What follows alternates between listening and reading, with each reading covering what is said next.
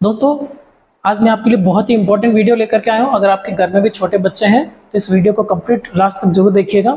कई बार क्या होता है कि पेरेंट्स लाड प्यार के अंदर गलतीवश बच्चों को ऐसी चीज़ें दे देते हैं खाने के लिए जो उसके लिए जानलेवा भी हो सकती है, क्योंकि कई बार दानेदार चीज़ें ऐसी होती है जो 3 से 4 साल तक के बच्चे जिनके पूरी तरह से अभी तक दांत नहीं आए हैं उन बच्चों को खाने के लिए दे देते हैं, तो उनको वो चबा नहीं पाते और चबा नहीं पाने की वजह से जो श्वसन नली के अंदर वो चीज जाके अटक जाती है, जिसकी वजह से बच्चे की सांस रुकती है और सांस रुक करके दम घुटने की वजह से कई बार बच्चे की डेथ भी हो सकती है। और आंकड़े बड़े ही चौंकाने वाले हैं। मैं आपको बता देता हूँ कि 2001 से लेकर के 2016 तक 75% जो डेथ हुई है वो बच्चों की, ये देखिए 75% जो डेथ है वो बच्चों की श्वसन नली के अंदर किसी फॉरेन पार्टिकल की वजह से हुई है।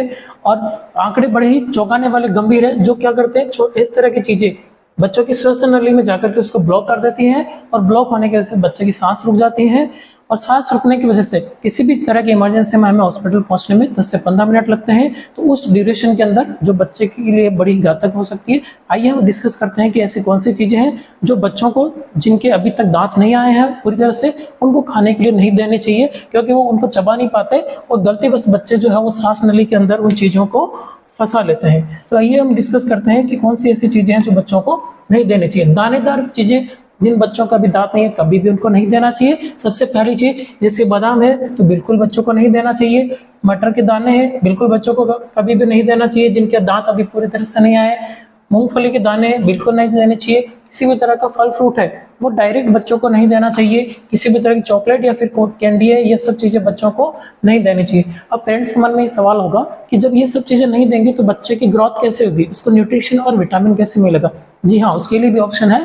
उसको आप जो है इस तरह का बेबी जो जूसर है ये ला करके दे सकते हैं, क्योंकि बेबी जूसर में आप किसी भी तरह का जो फ्रूट इसमें डाल सकते हैं और इस फ्रूट के माध्यम से जो है बच्चा इजीली उसका जूस भी पी सकता है। और वो फूड जो है, जो किसी भी तरह का फल फ्रूट पार्टिकल्स है वो बच्चे की श्वास नली में भी नहीं अटकेगा। जिस तरह से कि आप इस डायग्राम में भी देख सकते हैं, ऑरेंज है, ऑरेंज इस जूस के अंदर आपने डाल के बच्चे को दे दिया, बच्चा इससे आसानी से जूस पी सकता है और ये जो फॉरेन पार्टिकल है बच्चे की श्वास नली में जाकर भी नहीं अटकेगा। तो सबसे इंपॉर्टेंट चीज कि बच्चों को किसी भी तरह का अगर आपको फ्रूट देना है तो इस जूस के माध्यम से देना है। अब अपन बात करते हैं कि अगर इस कंडीशन के अंदर कि आपने फल फ्रूट बच्चे को दिया है, किसी भी तरह की दानेदार चीजें गलतीवश बच्चे ने है कि खा भी लिया और सांस नली के अंदर अटक गई है, तो हॉस्पिटल जब तक हम पहुंचे उससे पहले हम घर पे इसको किस तरह से निकालेंगे वो इसके लिए मैं आपके लिए नेक्स्ट वीडियो लेकर के आऊंगा।